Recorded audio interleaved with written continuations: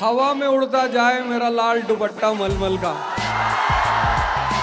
UPSC preparation में जब वो घटना हो जाए, जब लगे कि आप उसके बिहार और वो आपकी पटना हो जाए, तब शायद आप सोचिएगा कि अटेम्प्ट देना है। हम पूछते कब दे रहे हो अटेम्प्ट?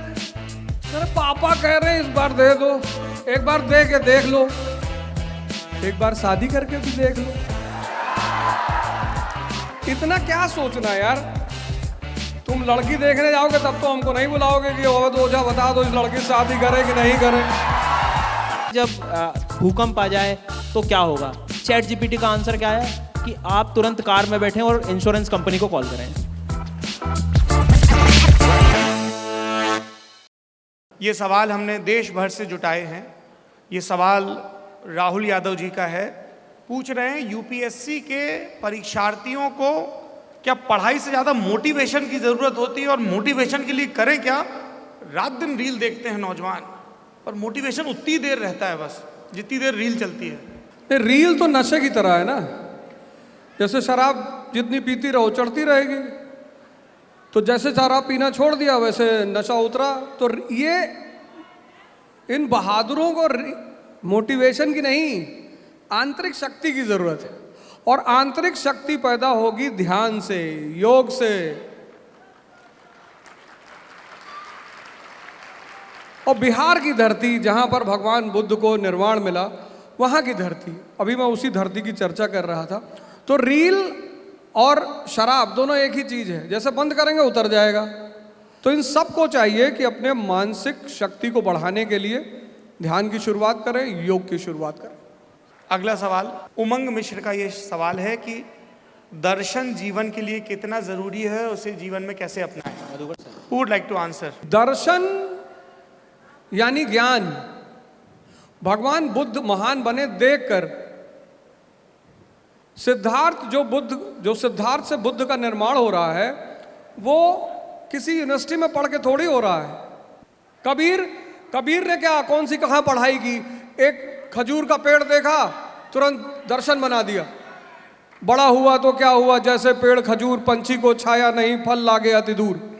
तो दर्शन यानी आंतरिक दृष्टि का विकास। चक्की चलते हुए बहुत लोगों ने देखा, लेकिन उस चक्की को कैसे अध्यात्म के दर्शन में सेट करना है। चलती चाकी देख के दिया कबीरा रोए, और दो पाटन के बीच में साबुत बचा न कोई। तो दर्शन आंतरिक दृष्टि के विकास के लिए अनिवार्य है। और वो आंतरिक दृष्टि आपको सिर्फ इस संसार में महान नहीं बनाएगी, आपको अगले लोक में भी आपका रास्ता प्रशस्त करेगी। ठीक है, अगला सवाल महत्वपूर्ण है और मैं चाहता हूं कि आप चारों लोग उस पर रिस्पॉन्ड करें।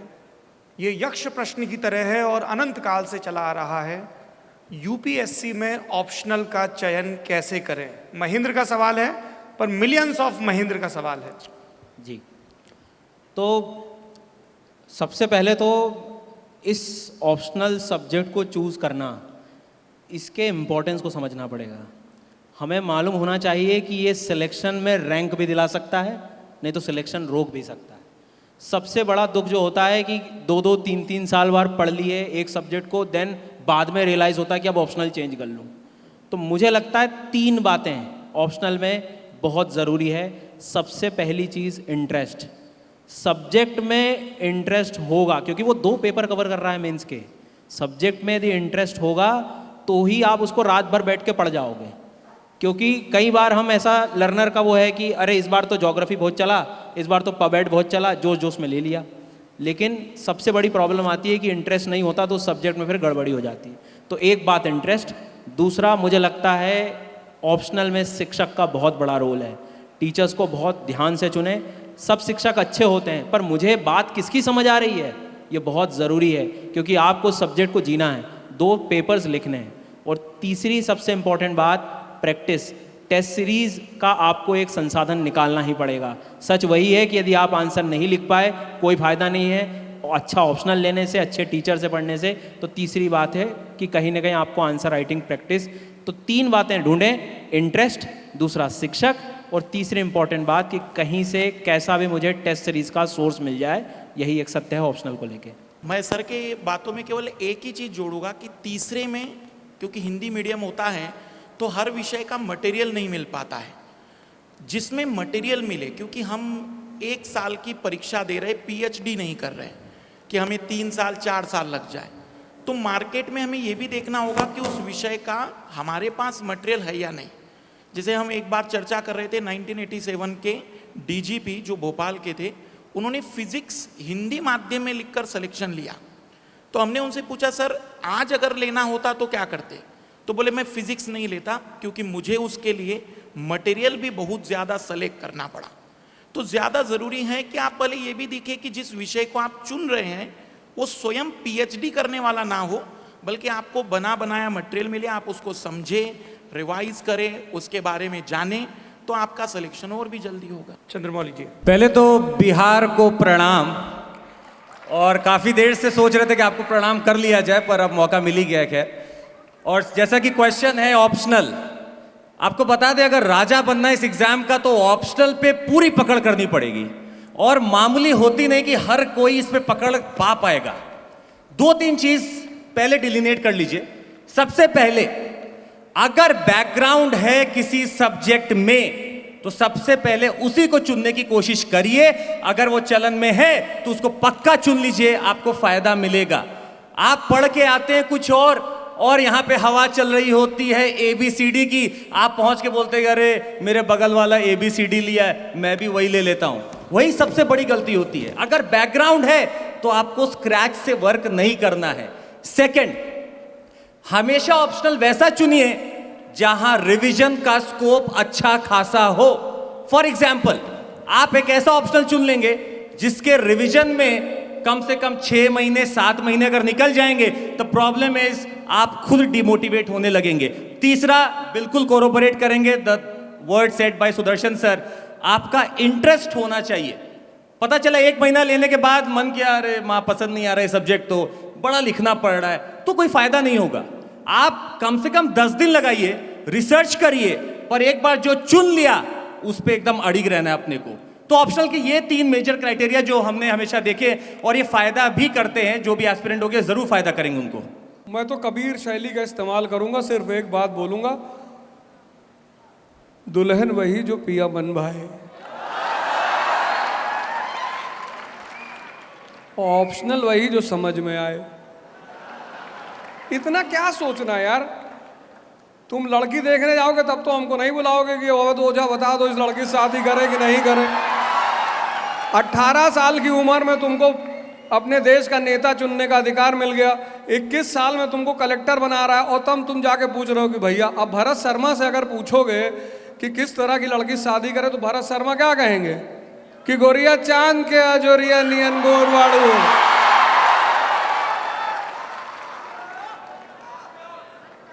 हैं? भरत शर्मा तो यही कहेंगे ना कि गोरिया चांद के अजोरिया नियन गोर बाड़ू। और मनोज तिवारी से पूछोगे तो कहेंगे कि जौन बात बा सवर को में उ गोर का करी। लैला संवरे रहल इतिहास हो गईल, अब पाछे संवरन के कितनन के विनाश हो गईल। तो अपनी सद्बुद्धि का इस्तेमाल करो, अपने विवेक, ये एग्जामिनेशन विवेक का है तुम्हारे। तो सर लोगों ने जो बता दिया सिंपल तरीके में यही है कि आप अपना विवेक का इस्तेमाल करिए और चयन करिए। और अपना जो एक बड़ी मजेदार बात बता दूं, अपना ऑप्शनल किसी को मत बताइए। जैसे आपका ऑप्शनल ज्योग्राफी है, आपका ये हिस्ट्री है, उससे क्या होगा, उससे सामने वाला क्या करे, आपको हिस्ट्री की 10 बुराई बता देगा।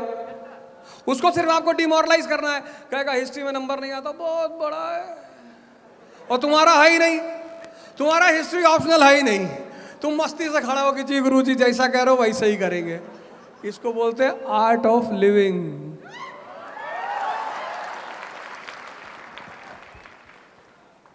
विक्रांत का सवाल है, अटेम्प्ट कैसे मैनेज करें? 1-2 बार तो ट्राई करने में अटेम्प्ट खराब हो जाते हैं और फिर अटेम्प्ट खर्च करने में डर लगता है। अरे हमसे लोग हम पूछते कब दे रहे हो अटेम्प्ट, कह रहे पापा कह रहे हैं इस बार दे दो। एक बार दे के देख लो, एक बार शादी करके भी देख लो,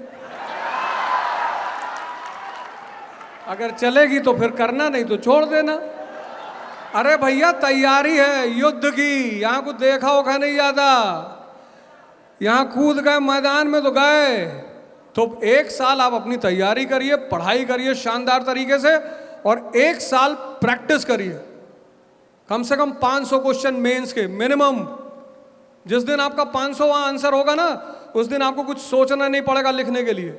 और 30 क्वेश्चन पर डे प्रीलिम्स के, कितना हुआ? 900 क्वेश्चन महीने में, 10 महीने में 9000, 12 महीने में लमसम 10,000 प्रीलिम्स के क्वेश्चन तुम सॉल्व कर लोगे। और कितना करना है आईएएस में? 60। प्रोबेबिलिटी का अगर नियम लगाओ तो 70 करोगे कम से कम, और ज्यादा।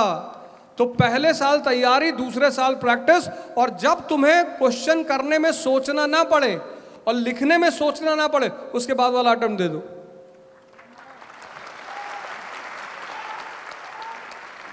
सर ने तो स्केल बता दिया कि ये स्केल है, ऐसा हो तो ही जाना।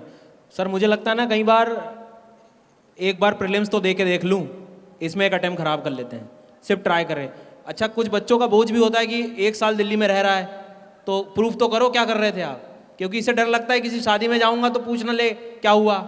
तो मेरे हिसाब से सबसे बेसिक चीज़ है कि आपको अपने आप को पहचानना पड़ेगा कि भैया जो एग्ज़ाम मांग रही है वो मैंने किया है कि नहीं। कहाँ से पता लगेगा? PYQs। कोई टॉपिक पढ़ रहे हो या कोई सब्जेक्ट, तभी बोलेंगे कि मेरा हो गया जब आप पुराने सारे पेपर्स कम से कम लगा पा रहे हैं।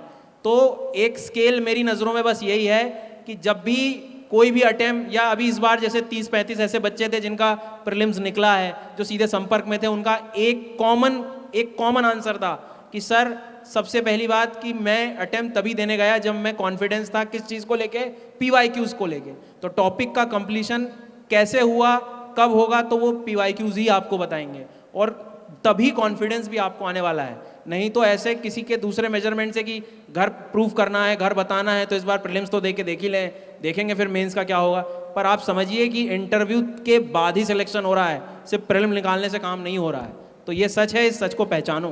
बस थोड़ा सा बोलना चाहेंगे यहाँ पे एक अलग अंदाज में। देखिए, अटेम्प्ट तब दीजिए जब आपको लगे कि आपकी यूपीएससी प्रिपरेशन में एक घटना हो गई है।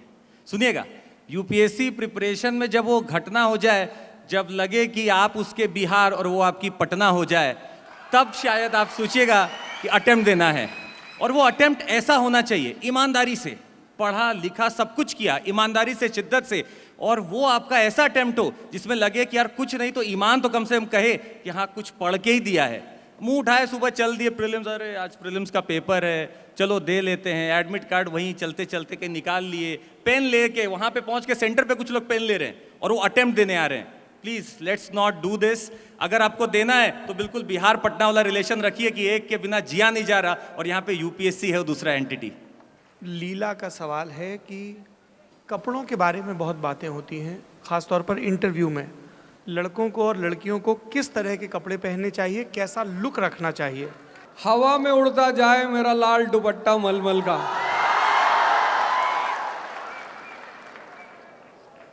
फूड और ड्रेस, ये दोनों ज्योग्राफी से कनेक्टेड है। सहारा डेजर्ट में तुम टाई नहीं लगाओगे, तो हर जगह का एक प्रोटोकॉल होता है। जैसे आप अधिकारी हो गए हैं, कल आपका कैबिनेट मिनिस्टरों के साथ मीटिंग है, तो हमारा एक प्रोटोकॉल है कि हम अपना एक डिसेंट ड्रेस, टाई नॉब बंद है। तो एक तो जब लड़कियां जाती तो आमतौर पर तो साड़ी पहनकर ही जाती हैं, आमतौर पर सारी लड़कियां साड़ी पहनकर ही जाती हैं, और आमतौर पर सारे लड़के अपना सूट टाई वगैरह लगा के जाते हैं। वो एक सिंपल से ड्रेस है। ब्यूरोक्रेसी, मॉडर्न ब्यूरोक्रेसी अंग्रेजों की देन है, तो वो एक प्रोटोकॉल शुरू से चला आ रहा है, ट्रेडिशन, तो वो ट्रेडिशन चल रहा है। पर आप चाहें तो सिंप्लिसिटी में जा सकते हैं, लेकिन ऐसा नहीं कि 4 बटन यहाँ का खोल लिया, सोने की चेन बाहर है, कीरिंग नचा रहे। तो ये ड्रेस आप ऐसा पहनिए कि आपसे ज्यादा खाना अपने मन का खाइए और कपड़ा दूसरों के मन का पहनिए कि आपसे ज्यादा दूसरे आपको अप्रिशिएट करें। ऐसा ना हो कि हंसें आपको। गमछा तो शान है। जी, अगला सवाल है रणधीर का, जिसमें आप चारों लोग रिस्पॉन्ड कर सकते हैं। अगर आप लोग यूपीएससी के चेयरमैन होते तो आप यूपीएससी के तौर तरीकों में, परीक्षा लेने के तरीकों में किस तरह के सुधार करते या प्रोसेस में किस तरह का बदलाव करते? वैसे तो मतलब बहुत बड़ा पद है और यूपीएससी का चेयरमैन तो खुद नहीं बदल सकता, संसद उसको बदलती है। उनका तात्पर्य आप भावना समझिए रणधीर जी की। बिल्कुल। हाँ, अभी सवाल का जवाब देना है आपको, बताने हैं करेक्शन। अगर मैं कहूँगा तो मुझे जो लगता है, जो इन 10-12 वर्षों में मैंने देखा, एक तो जो बड़ा परिवर्तन होना चाहिए वो है प्रीलिम्स को लेकर।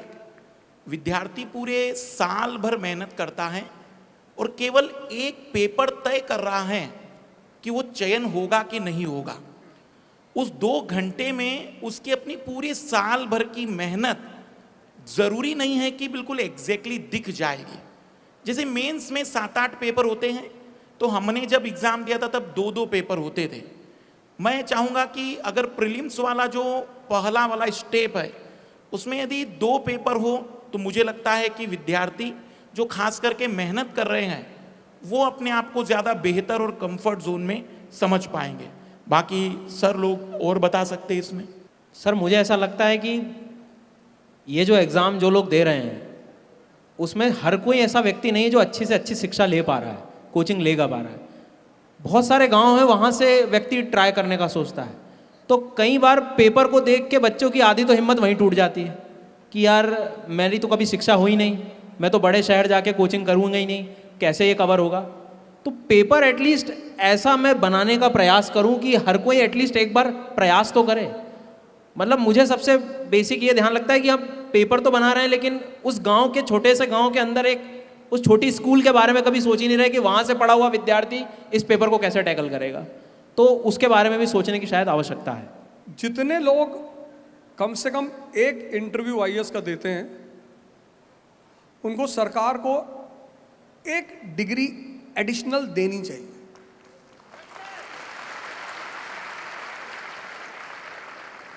कि आईएएस का स्टेट सर्विस कमीशन को भी जोड़ा जा सकता है कि जो लोग इंटरव्यू दे रहे हैं, जैसे हमारे चंद्रमौली साहब 4 इंटरव्यू दिए, तो एक एडिशनल डिग्री देना चाहिए कि अगर उसको एक मानकता मानना चाहिए कि साहब ये आदमी इंटरव्यू तक पहुंचा है और अब इस देश में या दुनिया में कुछ भी करने की स्थिति में है, तो वो जो इंटरव्यू के बाद अगर आदमी निकला तो जो पूरा अंधेरा छाता है उससे बहुत सारे लोगों को बहुत सहारा मिलेगा। एक सवाल है जो बार बार पूछा जा रहा है, इस साल का यूपीएससी प्रीलिम्स बेतुका था, तुक्केबाजी को प्रमोट किया गया, सीसेट का पेपर आईआईटी और कैट के लेवल का था। ये इस तरीके से सडन चेंज कैसे कर देते हैं वो प्रीलिम्स में, और तैयारी कैसे करें नौजवान, क्योंकि उसका तो एक अटेम्प्ट चला गया। नहीं, ऑफिस में जो बॉस होता है तो जब वो देखता है कि बहुत सारे लोग बैठे हैं तो कोई ना कोई काम ही दे देगा कि यार बाहर जाके गिनो कितने रिक्शे वाले गुजरे। अब यूपीएससी एक ऑटोनोमस बॉडी है, कोचिंग इंस्टीट्यूट्स तैयारी करा रहे हैं, एक फिक्स पैटर्न पे क्वेश्चन बना रहे हैं। आखिर एक निश्चित संख्या मेंस लिख रही है ना, तो पेपर तो था ही बेढंगा, लेकिन जिसका मन शांत था और तैयारी अच्छी थी वो फिर भी मेंस लिख रहे हैं। क्योंकि युद्ध में जो सबसे बड़ी जरूरत है वह है शांत मन की। तो पेपर बेढंगा रहा होगा, सही बात है, बहुत लोगों की किस्मत भी काम कर गई होगी, तो मैं तो यही अपील कर सकता हूं कि इस तरह का पेपर भविष्य में ना बनाया जाए। लेकिन फिर भी उससे ज़्यादा मैं प्रतिस्पर्धियों से अपील करूंगा कि वो इतना शांत रहें कि पेपर कुछ भी हो वो उस लिस्ट में रहे जहां उन्हें एग्जाम देना है। एक सवाल आप चारों ही लोग उस पर रिस्पॉन्ड करिएगा, वो ये है कि जितने भी टीचर्स हैं जिनको नौजवान देखते हैं ख़ासतौर पर ऑनलाइन वीडियोस में, वो सब मोटिवेट तो बहुत करते हैं पर ये नहीं बताते हैं कि असफलता से कैसे निपटें, क्योंकि सिलेक्ट होने वाले तो कुछ 100 या कुछ हज़ार ही हैं, अपीयर होने वाले लाखों हैं और तैयारी करने वाले उससे भी ज़्यादा। तो एकदम मोटिवेशनल वीडियोस देख के लगता है कि सब अच्छा हो जाएगा, सब बदल जाएगा, और फिर नहीं होता है तो अंधकार दिखता है, जैसा सर ने जिक्र किया। तो क्या हम प्लान बी के बारे में सोच रहे हैं? अगर मैं कहूँ कि जब हम यूपीएससी में एंट्री करते हैं तो ये सोचकर तो सभी को पता है हर साल सीट 1000 ही आने वाली हैं, वो तो बढ़ने वाली नहीं है। पर जैसे कई बार विद्यार्थी कहते हैं प्लान बी, तो मेरा इसमें व्यक्तिगत ये मानना है कि जब पहली बार लड़ाई में उतरे तो केवल एक ही प्लान लेकर आर या पार। जो जापानी योद्धा होते हैं उनकी सबसे बड़ी खूबसूरती होती है कि वे जब युद्ध करने जाते हैं तो बस एक ही विकल्प होता है, जीत। और अगर वो नहीं जीत पाते तो अपनी गर्दन वही काट देते हैं। पर मैं ये प्रमोट नहीं कर रहा हूं कि अब उसके बाद वो जीवन खत्म हो गया, पर मैं कहना चाहूंगा कि पहले प्रयास में वो प्लान बी ना सोचे। जब अगर उसे लग रहा है कि पहला प्रयास वो सफल नहीं कर पा रहा है, तो मेरे हिसाब से फिर उसने प्लान बी की तरफ सोचना चाहिए। लेकिन जब वो पहली बार लड़ने जा रहा है तो केवल एक ही लक्ष्य है, और वो है केवल और केवल इस परीक्षा में सफलता। सर ने 2 क्वेश्चंस पूछे थे। पहला ये भी पूछा था कि क्या चेंज होना चाहिए, और ऑनलाइन वीडियोस के बारे में जो सर का कहना था। 2 भाग में इसका जवाब देते हैं। पहला, changes are required in UPSC pattern. Number 1, आप प्रीलिम्स को अगर देखें इस समय, जीएस तो फिर भी हम लोग खींच कर ले जाते हैं, पर सीसैट आप हमें मैथ्स का क्वेश्चन देंगे, इंग्लिश का देंगे, हो सकता है हम कर भी लेंगे, पर हमें नहीं लगता कि शायद किसी गांव से कोई एक ऐसा छात्र है जिसने इन चीज़ों को बहुत अच्छे से देख रखा है, और वो सीसैट के वो मुश्किल क्वेश्चंस को, जिसको बाद में जब हम लोग बैठ के की निकालते हैं तो हम लोग भी अपने बालों को खुजलाते रहते बैठ के कि ये क्या पूछ लिया। वो स्टैंडर्ड या तो कम करिए, या फिर कहीं ना कहीं जो भी क्वालिफाइंग मार्क्स है आप पेपर के जो भी आपका, अगर हार्ड है तो उसके हिसाब से सेट करिए, अगर ईजी है तो उसके हिसाब से सेट करिए।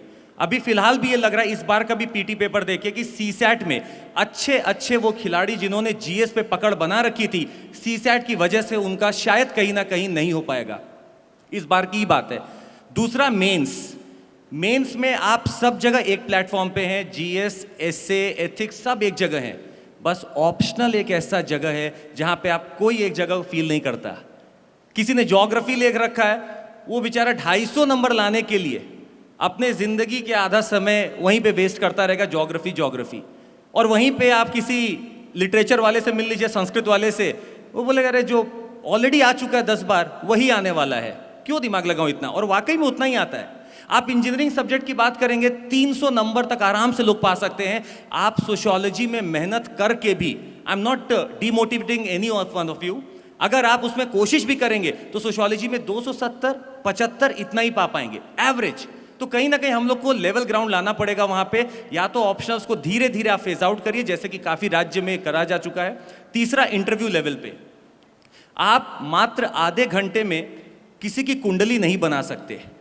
आप खुद झांकिएगा, आपने इतनी मेहनत की है 2 साल 3 साल, और आप इंटरव्यू में गए, हो सकता है इंटरव्यू के सुबह वाले दिन आपके घर में किसी की तबीयत खराब थी, हो सकता है आप परेशान थे, जो भी कंडीशन हो, 30 मिनट में हम आपके वास्तविक रूप को नहीं निकाल सकते। आप उसमें इतने नंबर का अगर वेटेज रख रहे हैं, कहीं ना कहीं बहुत शायद उन लोगों का चयन रुक जाता है जो वाकई में ईमानदारी से सर्विस में जा सकते थे। चौथा, क्रेडिट सिस्टम होना चाहिए यूपीएससी में, जो आजकल के कॉलेजेस में होता है। फॉर एग्जाम्पल, अगर इंटरव्यू दिया नहीं हुआ, आप उसको एक क्रेडिट दीजिए, वो उस क्रेडिट का यूज करके हो सकता है अपने स्टेट या राज्य पीसीएस में उसका रिजर्वेशन का फायदा उठाए या कहीं और उठाए, क्योंकि उसने इतनी मेहनत की है। Let's not waste this youth. और रही ऑनलाइन वीडियोस की बात, तो देखिए ऐसा है कि मोटिवेशन तो जरूरी है जिंदगी में, पर कंटेंट के बिना मोटिवेशन बिल्कुल वैसा ही हालत होगा गेम में कि आपकी स्ट्रैटेजी तो बनी हुई है पर योद्धा नहीं है। आपको मोटिवेशन चाहिए, पर कंटेंट का रोल उतना ही इंपॉर्टेंट है जितना कि मोटिवेशन का है। Thank you. देखो, आप सब लोगों को 2 लोगों को अपना आदर्श बनाना चाहिए। एक तो रैंचो को कि भैया योग्यता पैदा करो, सफलता तुम्हारे पीछे भागेगी। यूपीएससी का आदमी जिसको इकोनॉमी पता है, ज्योग्राफी पता है, फिजिक्स पता है, बायो पता है, एनवायरनमेंट पता है, इकोलॉजी पता है ना। और दूसरा एक लाइव एग्जांपल दे रहा हूं। इस संस्था का जो को फाउंडर है उसका नाम है रोमन सैनी। वो हमारा स्टूडेंट वाजीराम में 18वीं रैंक आईएएस में, और छोड़ के $3 बिलियन की कंपनी खड़ा कर दिया, और उसका शिक्षक उसके यहाँ काम कर रहा है।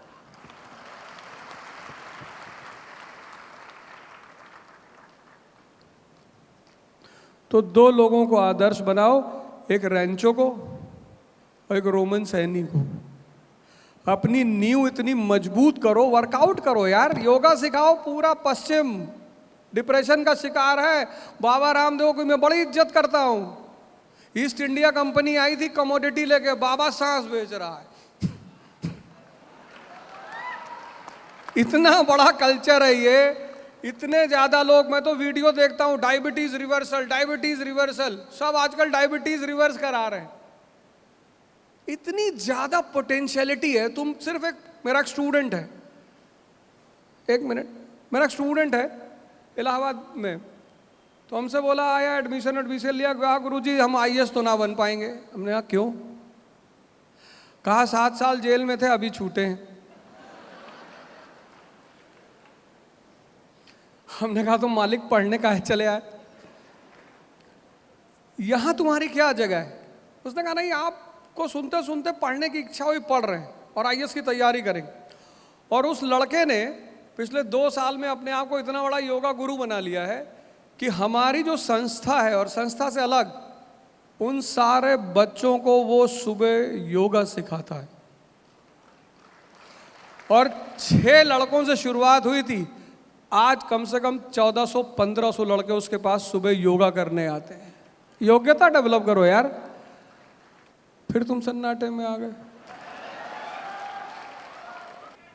एक सवाल बार बार ये पूछा जा रहा है कि चैट जीपीटी का क्या असर होगा? चैट जीपीटी का इस्तेमाल करके क्या हम लॉन्ग फॉर्म क्वेश्चंस के जो आंसर्स हैं उनको फ्रेम कर सकते हैं, रट्टा मार सकते हैं, नए सिरे से कंपोज हो जाएगा, वगैरह वगैरह? बीच में बहुत उठा ये, और ट्विटर पे ये वो खूब चला कि एक आंसर जो है आया और ये यूपीएससी का आया। लेकिन मैं आपको एक साक्षात बिल्कुल लाइव एग्जांपल दिखा रहा हूँ। मैं प्लस क्लास में डिजास्टर मैनेजमेंट पढ़ा रहा था, आपदा प्रबंधन। अब आपदा प्रबंधन में भारत में हर आपदा के लिए एक नेशनल प्लान बना हुआ है, और एक मैं आंसर राइटिंग करा रहा हूँ। एक छात्रा ने क्या किया, वही क्वेश्चन चैट जीपीटी पे डाला, और क्वेश्चन ये था कि जब भूकंप आ जाए तो क्या होगा। अब मैं बातें कर रहा हूँ बड़ी बड़ी कि भाई नेशनल प्लान में ये दिया है, हमें प्रिकॉशन लेना है, प्रिपेयर्डनेस करनी है, मिटिगेशन करना है, सारी चीज़ें हैं, हमारे एनडीआरएफ है, सारी चीज़ें। चैट जीपीटी का आंसर क्या आया कि आप तुरंत कार में बैठें और इंश्योरेंस कंपनी को कॉल करें। अब इस भरोसे के साथ आप चैट जीपीटी यूज कर लो, अब वो घर यूपीएससी आपके अंदर घर पहुंचा देगा, इंश्योरेंस कंपनी। हाँ, लेकिन इसका एक पॉजिटिव साइड भी है कि चैट जीपीटी को आप एक टूल की तरह यूज करो अपने स्किल्स को बढ़ाने के लिए। वो एक टूल है। लोग कह रहे थे लोगों की जॉब चली जाएगी, अरे नहीं, आप अपने जॉब में ऊपर उठ सकते हो उस टूल की मदद से। लेके बहुत सारे बॉट्स बन गए हैं उसकी मदद से। तो टेक्नोलॉजी का बेहतर इस्तेमाल किया जा सकता है। ऐसे तो मोबाइल फ़ोन के 10 डिसएडवांटेज नॉर्मली निकाल लेगा आदमी, पर आज 600 मिलियन वॉच टाइम लर्नर्स का मैं देखता हूँ, तो इसका भी तो एक बेनिफिट है सर। तो टूल है, यूज़ करना सीखो, उसका सही ढंग से यूज़ करो बस, और हमेशा ध्यान रखो इंश्योरेंस कंपनी का। चैट जीपीटी में तो मैं कहूँगा कि हम उससे अपने आप को इम्प्रूव कर सकते हैं। जैसे मान लीजिए कोई प्रीवियस ईयर का क्वेश्चन है, आपको लग रहा है कि नहीं यार कुछ चीज़ें और भी हो सकती है क्या इसमें, तो आप उसे चैट जीपीटी में डाल के बस एक आइडिया ले सकते हो कि ये क्या बताना चाह रहा है। बट हम अगर सोच रहे कि केवल चैट जीपीटी से जिंदगी बदल जाएगी, तो ये यूपीएससी है, अनप्रेडिक्टेशन इसका पहले भी था और हमेशा ही रहेगा।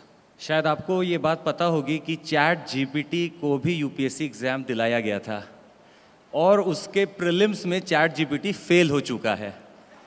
तो आप इस बात को समझ सकते हैं कि यूपीएससी का exam is already much above than GPT, chat GPT. अच्छा, एक चीज़ और इसमें ऐड करेंगे, वो एल्गोरिथम्स है। It is some neural network that works on algorithms. ये एल्गोरिथम लिख कौन रहा है? हम और आप। तो जब हम और आप किसी मशीन को बना रहे हैं, वो लाख चाहे कितना भी इमिटेट करने की, वो आप और हम नहीं बन सकते। तो हमेशा कोशिश करनी है उसको अच्छे के लिए यूज़ कर सकते हैं। जैसे हम अपनी प्रेजेंटेशन बनानी होती है तो हम साफ उसमें लिख देते हैं कि हमें ज्योग्राफी का ये राज थोड़ा सर के सामने भी शेयर कर रहे हैं कि जियोमॉर्फोलॉजी का अगर हमें कुछ ज़रूरत होता है, I just give in some commands कि हमें जियोमॉर्फोलॉजी का इस टॉपिक का आई नीड सम प्रेजेंटेशन, वो हमें पूरा कंटेंट उठा के दे देता है। हाँ, अब बस हमारा इतना धर्म है कि हम उसको चेक कर लें, रिवाइज कर लें कि कुछ गलत ना दे रहा हो, पर वो देगा उतना ही जितना ह्यूमन फीड किया है उसमें, उसके आगे वो बढ़ नहीं पाएगा। आखिरी 2 सवाल। एक सवाल एनसीईआरटी को लेके बहुत पूछा जा रहा है कि एनसीईआरटी किताबें पढ़ना कितना ज़रूरी है, क्या इसका कोई रिप्लेसमेंट है, क्या कोई और विकल्प है? नहीं, एनसीईआरटी आपको सिर्फ एक बेस, जैसे एनसीईआरटी क्यों कहा जाता है, इस देश में 95% लोग ह्यूमैनिटीज 10th तक ही पढ़ते हैं, और वो भी किस तरह पढ़ते हैं कि टीचर कहता है हिस्ट्री पढ़ के कोई राजा नहीं बनेगा। और पूरा यूपीएससी का जो सेंटर है वो ह्यूमैनिटीज है। भाई आज इस देश का लड़का न्यूज़पेपर क्यों नहीं पढ़ पा रहा है? क्योंकि न्यूज़पेपर का सेंट्रल थीम क्या है? इकोनॉमी। न्यूज़पेपर में क्या है? ज्योग्राफी। न्यूज़पेपर में क्या है? आईआर। न्यूज़पेपर में क्या है? Social issues. ये सब ह्यूमैनिटीज है और आपको ह्यूमैनिटीज पता नहीं, क्योंकि हमारे यहां हमारे देश में हमारे 91 के बाद हमको भेजा था हमारे परिवार वालों ने, खासकर हमारी माता जी ने कहा मेडिकल की तैयारी कर लो। हमारे सर यहाँ बैठे हैं, वो भी बताएंगे हम किस चीज़ की तैयारी करने लायक थे। तो हमारी माता जी ने कहा जाओ मेडिकल की तैयारी कर लो। हमने कहा मेडिकल में क्या होता है? तो कहे अरे मेडिकल में डॉक्टर बनते हैं। हमने कहा डॉक्टर हमसे तुम जो है कहोगे चिमटी से पकड़ के ये सब हमसे ना हो पाएगा। लेकिन ज़बरदस्ती जाके उन्होंने एडमिशन कराया, इसलिए क्योंकि मेरे मोहल्ले के सारे लड़के या तो इंजीनियरिंग की तैयारी करने आ रहे थे या पीएमटी की। तो एनसीईआरटी अगर आप नहीं पढ़ेंगे तो ये तो आपको लैटिट्यूड बता देंगे मजबूरी में, लेकिन आईएएस की क्लास आपको लैटिट्यूड नहीं समझाएगी। और जिसको लैटिट्यूड नहीं पता उसको कैसे पता चलेगा कि यूरोप के क्लाइमेट में और अफ्रीका के 0 डिग्री के क्लाइमेट में सबसे बड़ा प्रभाव किस चीज का है? बिना बेसिक्स के कैसे एडवांस सविंदर सिंह कैसे पढ़ोगे आप? आपको फोर्स नहीं पता। अभी आपसे कोई कह दे कि भाई साहब आप शीशे को पिघला रहे हैं, स्टेट मैटर 3 स्टेट है, सॉलिड लिक्विड गैस। तो सॉलिड से जब किसी चीज को तुम लिक्विड में चेंज करोगे तो कौन सी एनर्जी काम करेगी? अब ये आपको नहीं पता, आपको मेल्टिंग पॉइंट नहीं पता, आपको इवापोरेशन पॉइंट नहीं पता, आपको काइनेटिक एनर्जी नहीं पता, तो आप कैसे टेक्नोलॉजी को आगे बढ़ेंगे? इसलिए जिनको भी आईएएस की तैयारी करनी, बहुत अच्छा सवाल आपने उठाया, जिनको भी आईएएस की तैयारी करनी है और जो चाहते हैं कि मेरा समय वेस्ट ना जाए, उनसे मैं हाथ जोड़कर कह रहा हूं कि 5 महीने कम से कम ह्यूमैनिटीज की एनसीईआरटी तैयार करके तब किसी कोचिंग में एडमिशन लें। अगर आप चाहते हैं कि आपको लक्ष्मीकांत समझ में आए, अगर आप चाहते हैं कि आपको जो है सविंदर सिंह समझ में आए, अगर आप चाहते हैं कि आपको वो इकोनॉमिक्स की जो बुक है दत्ता सुंदरम समझ में आए, तो बेस तैयार कर लीजिए, वरना जीएनपी और जीडीपी में अंतर पता करते करते उम्र बीत जाएगी। और हमारे न्यूज़पेपर, भाई Hindu newspaper Tamil Nadu south India में चलता है, वहाँ का एजुकेशन रेशियो बहुत हाई है और अच्छा भी है। हमारी तरफ तो अपने अपने न्यूज़पेपर। अब हमारे देश में शायद ही किसी को पता हो कि बजट क्या है। भाई आपने अपने नौकर को 1000 रुपया दिया कि जाओ बाजार खर्चा करके आओ, और लौट के आया आपने हिसाब नहीं मांगा, फिर तो वो उड़ाने लगेगा ना। इस देश की जनता अपने प्रतिनिधियों को संसद में बैठाए हुए, पर उनसे हिसाब ही नहीं मांगती कि मेरा पैसा कहाँ खर्चा करते हो, तभी तो लुटा रहे हैं। तो बेसिक्स को तैयार करिए। सिर्फ अब इधर स्थानीय न्यूज़पेपर अजीब अजीब से न्यूज़पेपर है, अजीब, और फ्रंट लाइन की न्यूज़ ही अजीब है। 5 बच्चों की मां प्रेमी के साथ फरार। अब जब तुमने पहली बार हिंदू उठाया, उसकी फ्रंट लाइन पढ़ी डेमेस्कस इन डेंजर, तो तुमको ये नहीं पता चला कि डेमेस्कस नाउन है कि प्रोनाउन है कि एडजेक्टिव है। तुम मीनिंग ढूंढ रहे हो। 2 दिन बाद तुम्हारी तरह कोई लड़का बगल से निकला, कहा अबे डेमेस्कसवा सीरिया में है। जैसे बिना बेस के बिल्डिंग नहीं बन सकती, ऐसे बिना एनसीईआरटी के कोई आईएएस नहीं बन सकता। एनसीईआरटी पढ़ो। सबसे ज़रूरी सवाल, क्या सिविल सर्विसेज की तैयारी के लिए कोचिंग करना ज़रूरी है? अगर हमारे पास संसाधन नहीं है तो हम कहाँ से मैनेज करें? जो सिद्धार्थ की क्षमता रखते हैं,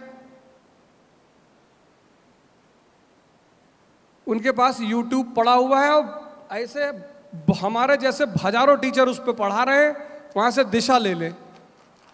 जो सिद्धार्थ की क्षमता रखते हैं, सिद्धार्थ की, और सिद्धार्थ की क्षमता है तपस्या करने की, जज्बा है।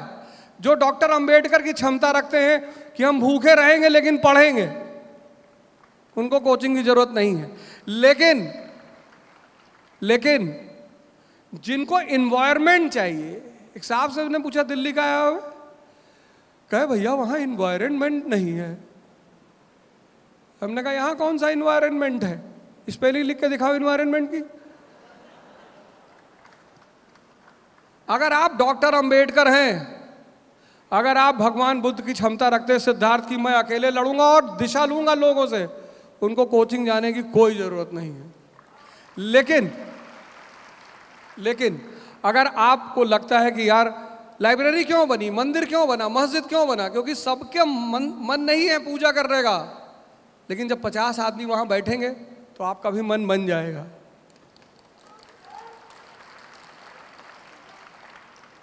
तो जो अकेले मन नहीं बना सकते सारिपुत्र की तरह, उनको बुद्ध के संग में आना ही पड़ेगा। बुद्ध ने कोई कोचिंग नहीं की, लेकिन बुद्ध ने कोचिंग खोली और उनके कोचिंग में हजारों स्टूडेंट, महाकश्यप, सारिपुत्र, उपाली। तो ये आप डिसाइड करेंगे कि आप कौन सी कैटेगरी में हैं। आखिरी सवाल इस समागम का आप चारों लोगों से है। आज़ादी के अमृत महोत्सव के काल में 75 बीत गए, आपके हिसाब से देश की सबसे बड़ी चुनौती क्या है जिस पर पूरे देश को, सरकार को, समाज को काम करना होगा? चारों लोग अलग अलग बताइएगा, तो आप तय कर सकते हैं कौन सबसे आखिरी में बताएगा। किसी भी व्यक्ति, समाज, राष्ट्र के निर्माण में जो आधारभूत आवश्यकता है वो है शिक्षा। और डॉक्टर अंबेडकर की एक लाइन तो मेरे दिल में बैठी है, शिक्षा शेरनी का दूध है।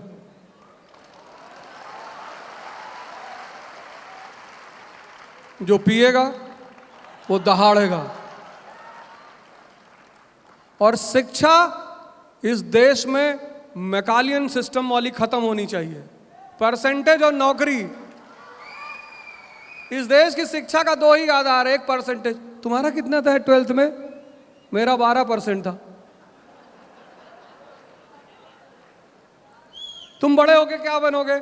मैं तो आईआईटी में जाऊंगा। आप जाइए आईआईटी, कोई बड़ी बात नहीं है, कोई बुरी बात नहीं है, लेकिन सिर्फ नौकरी को अपने जीवन का उद्देश्य क्यों बना रहे हैं?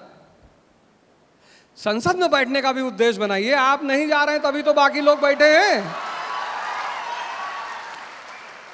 और हम सोच रहे हैं 24 में चले जाएं, फिर आप लोग भी आइए। ऐसा ही कह रहे हैं, ऐसा ही कह, मतलब ऐसी कोई बात नहीं, ऐसे ही कह रहे हैं। वो मन में एक बात आ गई, और हम आए या ना आए हमारा। अच्छा ये तो बता दीजिए, लोकसभा से भेजेंगे या राज्यसभा से?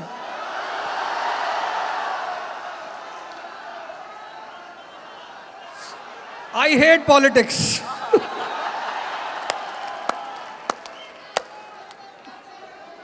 मुझे राजनीति से नफरत है।